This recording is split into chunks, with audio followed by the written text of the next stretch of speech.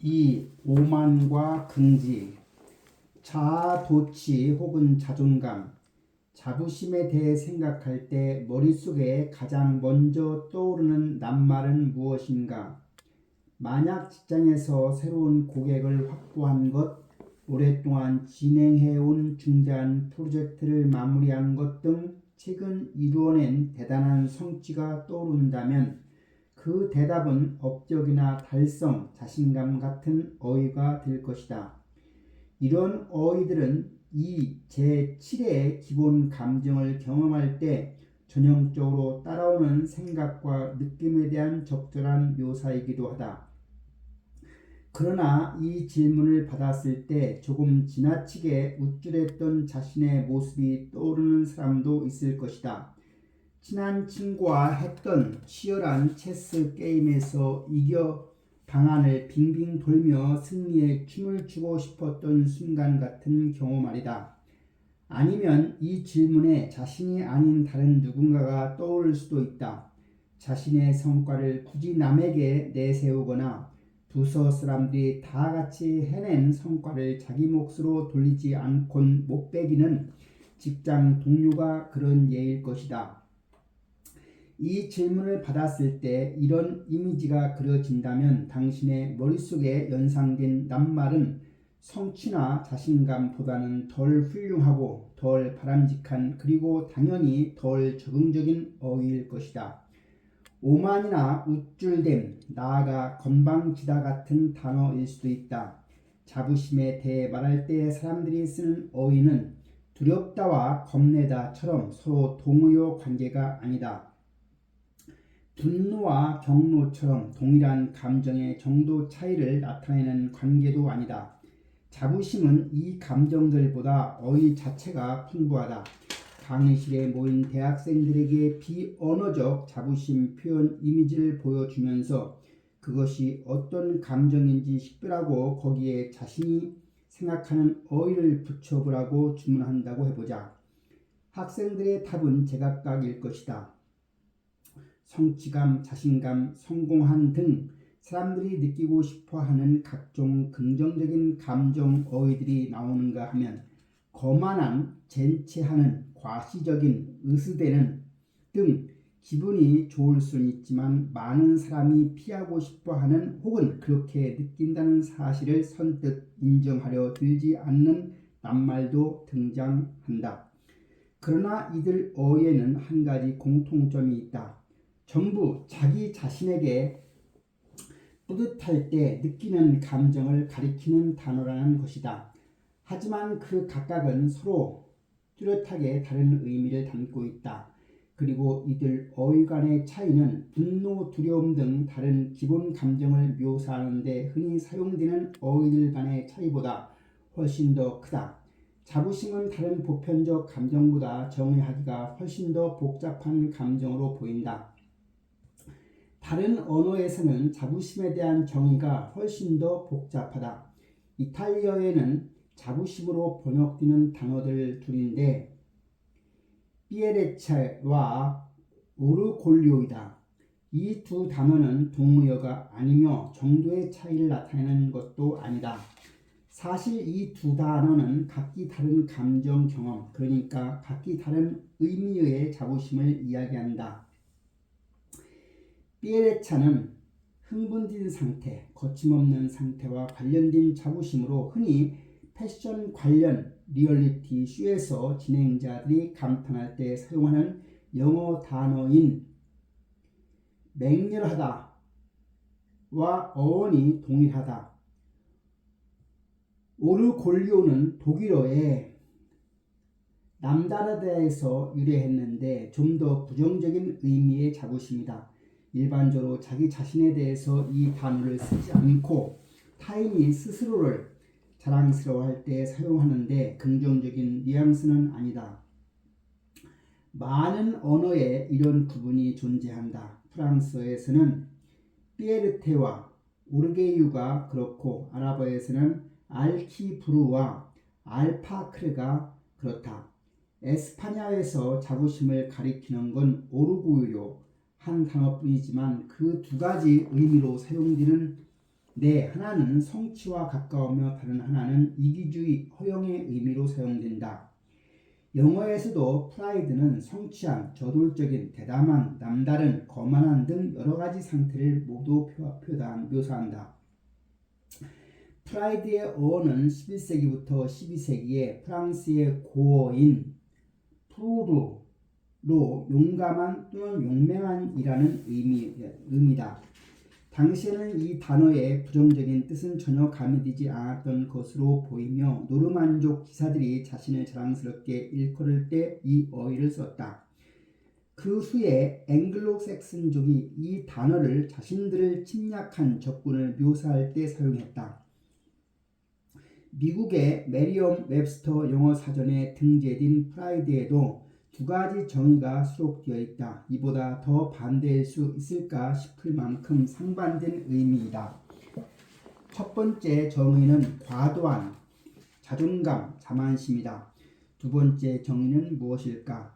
자신에 대한 합당한 혹은 정당한 존중이다. 이렇듯 자부심은 자존감 또는 자기 존중, 자신에 대한 좋은 느낌을 의미하긴 하지만 가장 평판 높은 이 사전에 의하면 같은 단어가 자신에 대해 합당하게 좋게 느끼는 감정을 가리키는 동시에 자신에 대한 터무니없이 혹은 과도하게 좋게 느끼는 감정을 가리킨다. 참으로 기이하다고밖에는 달리 표현할 길이 없을 지경이다. 사전에서 분노를 찾아보자. 정당한 때를 가리키는 분노가 있고 걷잡을 수 없는 상태를 가리키는 분노가 있을까? 아니다. 두 경우 모두 분노는 분노일 뿐이다. 아닌 게 아니라 이 감정의 이런 복잡한 사정은 서구 문명사에서 한 자락을 차지한다. 고대 지성사를 훑어보면 자부심에 대한 부정적 관점이 노골적인데 메리엄 웹스터 영어 사전의 과도한 자만심이라는 정의가 이와 맥을 같이 한다고 하겠다. 이는 종교의 영향이 크다. 기독교 사상가들은 자부심을 신의 권능에 저항하는 제약과 연관지어왔다. 유명한 구절 교만은 패망의 선봉이요 거만한 마음은 넘어짐의 앞잡이니라 를 위시하여 저명한 초기 기독교 학자인 아우구스티누스, 토머스 아퀴나스, 교황 그레고리오 1세 등 다수가 자부심을 제약의 여왕, 모든 죄의 시작, 만약의 뿌리 따위로 규정했다. 단테에게 자부심은 7대 죄악 중에서도 가장 위험한 악이었다. 신곡에서 단테는 교만을 저지른 자에게 목에 석판을 쥐고 다니는 벌을 내렸다. 이는 머리를 강제로 숙이게 함으로써 죄인이 꼿꼿이 서거나 가슴을 부풀리는 전형적인 자부심 표현을 막는 조치였다. 기독교 학자들만 자부심을 혐오하는 것은 아니었다. 불교에서는 자부심을 인간의 몸과 마음을 결박해 고통의 생사세계를 끊임없이 윤회하게 하는 10가지 번뇌의 10결 중 하나라고 가르쳤다. 또 노자는 도덕경에서 자부심을 실패와 죽음으로 가는 길이라고 썼다. 플라톤, 호메로스, 아이스킬로스, 헤로도토스 등 고대 그리스 철학자들에게 자부심이란 정치 질서를 파기할 만큼 막강한 위력을 발휘하는 오만이었다. 이처럼 부정적인 관점이 압도적이었지만 그럼에도 고대에 이 감정을 긍정적으로 바라본 철학자가 한 사람 있었다. 바로 그리스의 유명한 사상가 아리스토텔레스였다. 그에 따르면 자부심은 악덕이 아니라 미덕이었다. 아리스토텔레스는 자부심이 넘치는 사람들은 자신의 위대함을 충분히 평가하고 인정하는 관점을 지녔다고 주장했다. 그의 관점에서 보면 자부심을 갖는다는 것은 훌륭한 사람이 되고 또 스스로가 그렇다고 말하기를 두려워하지 않는 것이었다. 그로부터 한참이 지난 18세기 말에 이르러 프랑스의 철학자 장자크 루소가 미묘한 차이를 지닌 두 개념을 제시했다. 아무르 프로프르, 즉 이기심과 자만심 이거와 아무르 드수아, 자애심이었다. 이 중에 후자에 대해서 루스는 자기 자신을 보존하고자 하는 자연적 감정으로 모든 동물에게 존재하는 경향이라고 설명했다. 문명 이전의 자연 상태에서도 인간은 자애심을 경험할 것이다. 우리의 생존 본능이기 때문이다. 만약 정말로 위기 상황에 닥친다면 자신의 한쪽 팔을 잘라 내거나 다른 사람을 먹는 일도 꺼리지 않을 것이다. 한편 전자인 아무르 프로프로는 이와 대조적으로 사이에서 발생하는 상대적 개념의 인위적 감정으로 개인이 다른 개인들보다 더 높은 평가를 받고자 하는 경향으로 설명된다.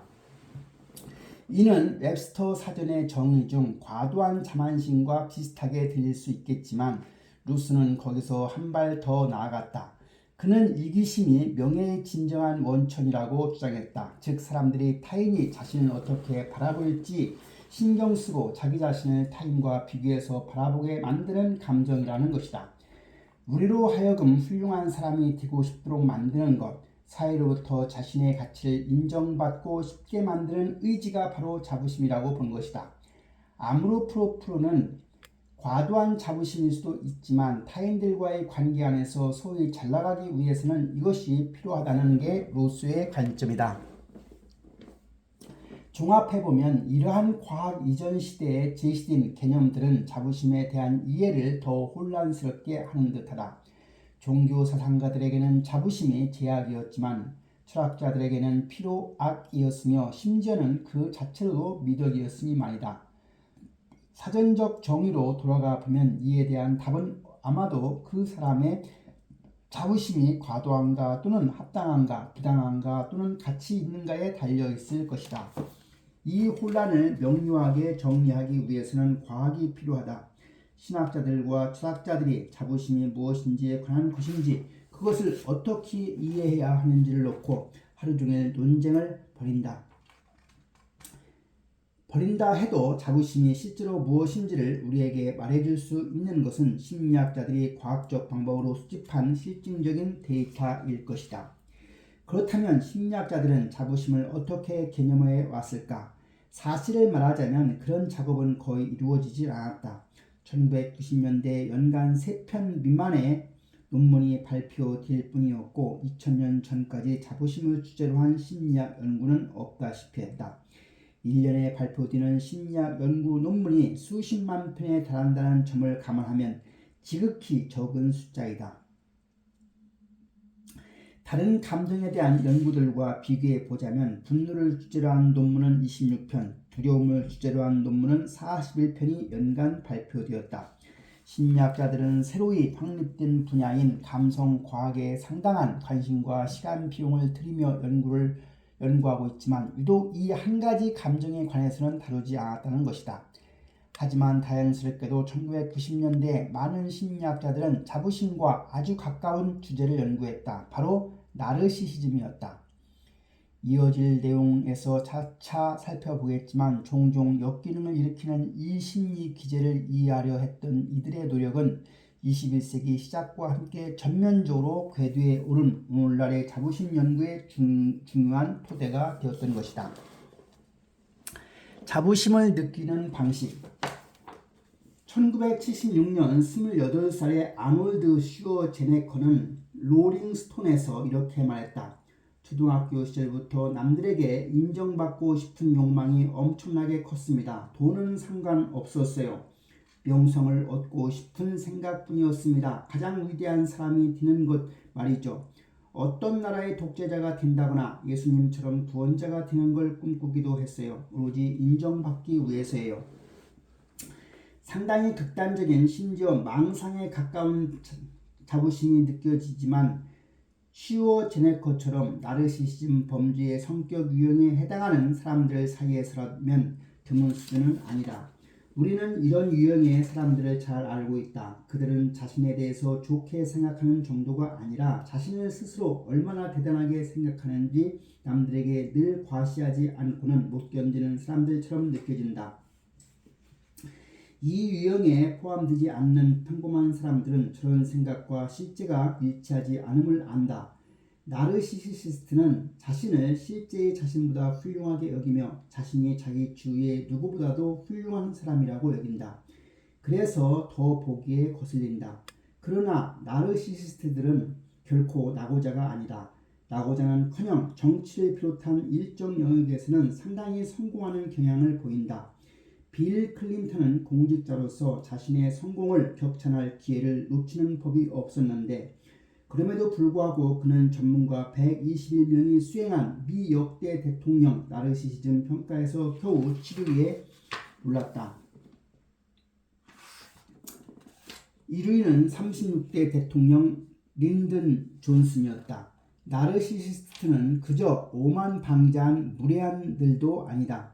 매력 넘치고 부침성이 좋아 좌중의 활력소가 되는 이들도 있다.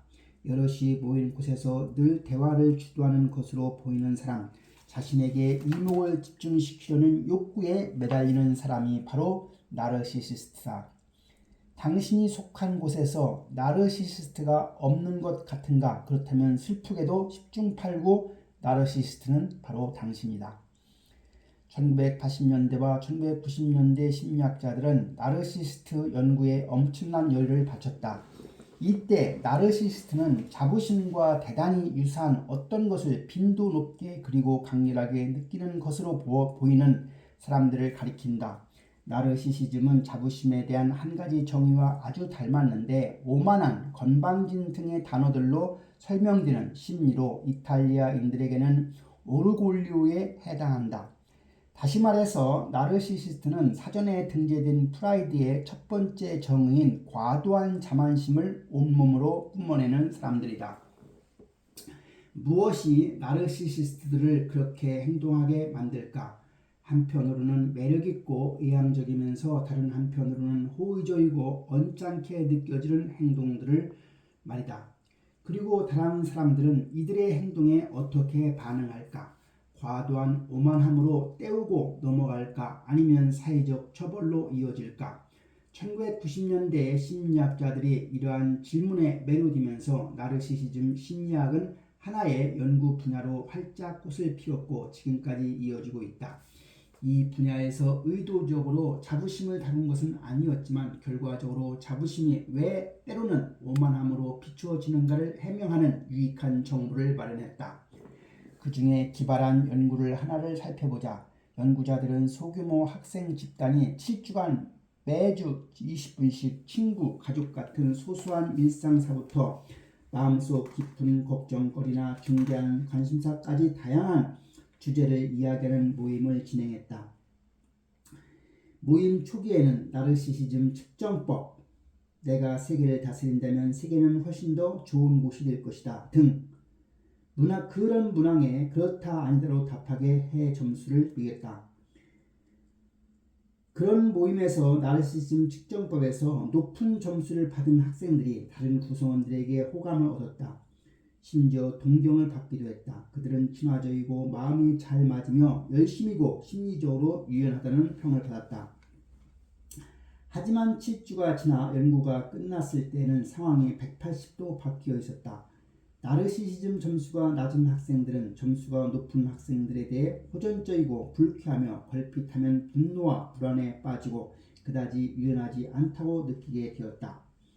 이런 심경 변화는 타당하다. 아무도 나서려 하지 않는 초반에 주도권을 잡고 대화를 이끄는 것은 나르시시스트들이다. 비록 이들이 좋아하는 주제가 그들 자신이기는 해도 다른 학생들은 개념치 않았을 것이다. 어색한 침묵이 흐를 때는 누군가의 자기 자랑을 듣고 있는 것도 괜찮은 일일 수도 있으며 그런 상황에서 앞장서서 분위기 잡아주는 것은 소중한 자산이 된다. 이런 개성이 나르시시스트에게 인기와 힘을 부여한다. 미국의 대통령들이 보여주듯 나르시시스트들은 그렇지 않은 사람보다 대통령이 될 가능성이 높을 뿐만 아니라 나르시시즘 경향이 강한 사람일수록 지지율이 높고 더 많은 법안을 통과시키는 경향을 보인다. 하지만 결국에 가면 사정이 달라진다. 처음에는 적극적이고 주도적이던 나르시시스트들은 그들에 대해 속속들이 알게 될 만큼 곁에 오래 남아 있는 이들에게 다른 면모를 보이게 되어 있다. 점차 일방적이고 무례하고 호전적인 모습을 보이는 것이다.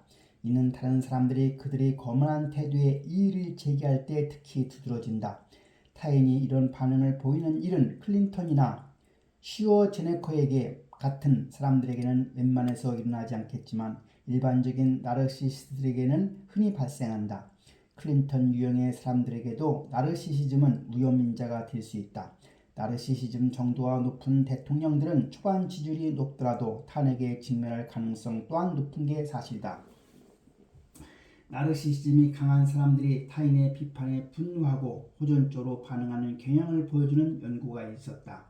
이 연구에서는 우선 대학생들에게 당시 논쟁이 뜨거웠던 주제인 여성의 낙태 권리에 대한 자기 의견을 간단한 에세이로 써보라고 했다. 연구자들은 학생들에게 연구팀에 속한 다른 누군가가 에세이를 받아서 평가할 것이며 그는 학생들을 만난 적 없고 앞으로도 만날 일이 없다고 밝혀두었다. 실제로 그런 연구는 없었다. 에세이에 첨부한 평가 글도 연구자들이 미리 작성해둔 것이었다. 몇몇 에세이에서는 빨간 펜으로 첨삭한 표시가 수두룩했고 이렇게 형편없는 글을 처음 보내와 같은 부정적인 논평이 달려있었다. 그런가 하면 첨삭이 필요 없을 만큼 완벽하군요처럼 칭찬 일색인 에세이도 있었다. 다음날 연구자들은 이 학생들에게 컴퓨터 게임을 하게 했는데 게임 상대는 전날 에세이를 평가한 그 연구원이라고 알려주었다. 게임은 화면에 나타나는 이미지의 상대방보다 빨리 반응하면 이기는 방식이었다. 그리고 승자에게는 버튼을 눌러서 나오는 소음으로 패자를 공격할 기회를 주었다. 소음의 볼륨은 승자가 원하는 대로 조절할 수 있었는데 연구자들은 이들이 설정한 볼륨, 즉 어느 정도의 소음으로 상대를 공격하는가를 통해 피험자가 자신을 모욕한 사람 혹은 칭찬한 사람에게 얼마나 타격을 주고 싶어 하는지를 측정했다. 당연한 결과겠지만 혹평을 받은 피험자들이 칭찬을 받은 피험자들보다 소음을 더 크게 키웠다. 남에게 모욕을 당하는 것을 좋아하는 사람은 없다. 하지만 이보다 더 흥미로운 점은 나르시시즘이 강한 학생들에게 이러한 경향이 뚜렷하게 나타났다는 사실이다. 자신이 도전받았다는 대한 분노로 상대방에게 호되게 벌을 주는 공격적 행동이 나오는 것이다. 이 기본 원리, 다시 말해 나르시시스트들이 자신의 자존심의 위협으로 감지된 대상에 강렬한 분노와 호전성으로 반응한다는 원리는 다른 많은 연구들에게도 반복적으로 드러났다. 비판받았다고 느끼는 나르시시스트들은 자신의 기분을 상하게 했다고 판단되는 대상에게 이처럼 갱음으로 보복할 뿐만 아니라 맵디 매운 소스를 왕창 먹이기도 한다.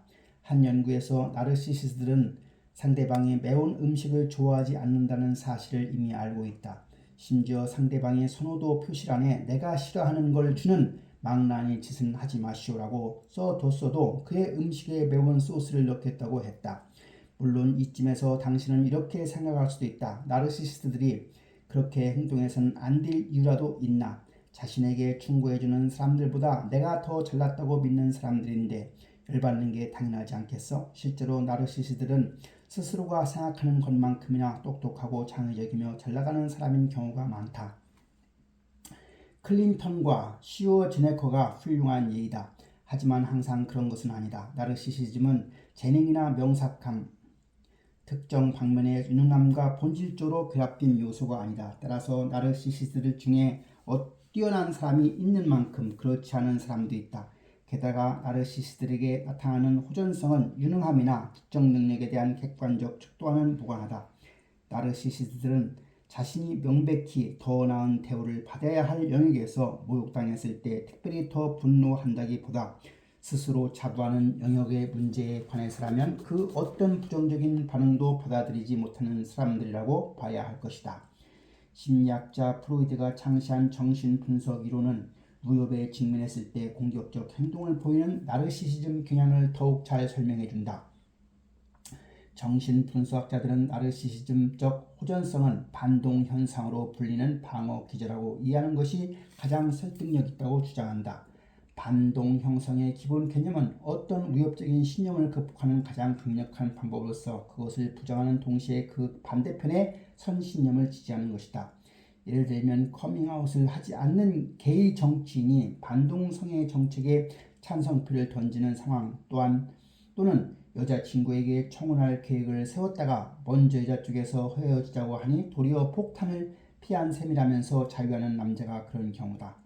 반동 형성 개념으로 보면 나르시시스트들의 과도한 자만은 순수한 자기 존중의 표현이 아니다. 또 그들이 공격당했다고 느낄 때 싸우는 것은 자신이 상대보다 더 똑똑하고 더 잘난 사람이라고 강하게 믿어서도 아니다. 그들이 싸우는 이유는 오히려 정반대로 믿고 있기 때문이다. 정신분석이론의 관점에서 나르시시즘은 무의식 속의 불안을 이기기 위한 하나의 방어 기제이다. 나르시시스트가 느끼는 자부심은 수치심을 파묻기 위해 심리적으로 제조된 거짓 감정인 것이다. 언뜻 의아하게 들릴 수도 있다. 잠시 생각해보자. 만약 당신이라면 순전히 성적에 보탬이 될까 싶어 참여한 연구에서 순식간에 써낸 에세이를 생전 얼굴 한번 본 적이 없는 사람이 모욕했다고 해서 그의 귀에 고강도의 고통을 주겠다는 마음이 들 것 같은가? 어쩌면 당신은 그 사람이 뭘 알겠어? 혹은 내 글이 어떻게 훌륭하지 하진 않았나 보지? 어차피 고작 몇 분 동안 썼는데 뭐 정도로 생각하고 말 수도 있다. 엄청난 굉음으로 상대방을 괴롭히겠다거나 혀가 얼얼하도록 매운 소스로 보복하겠다는 마음이 생기겠는가?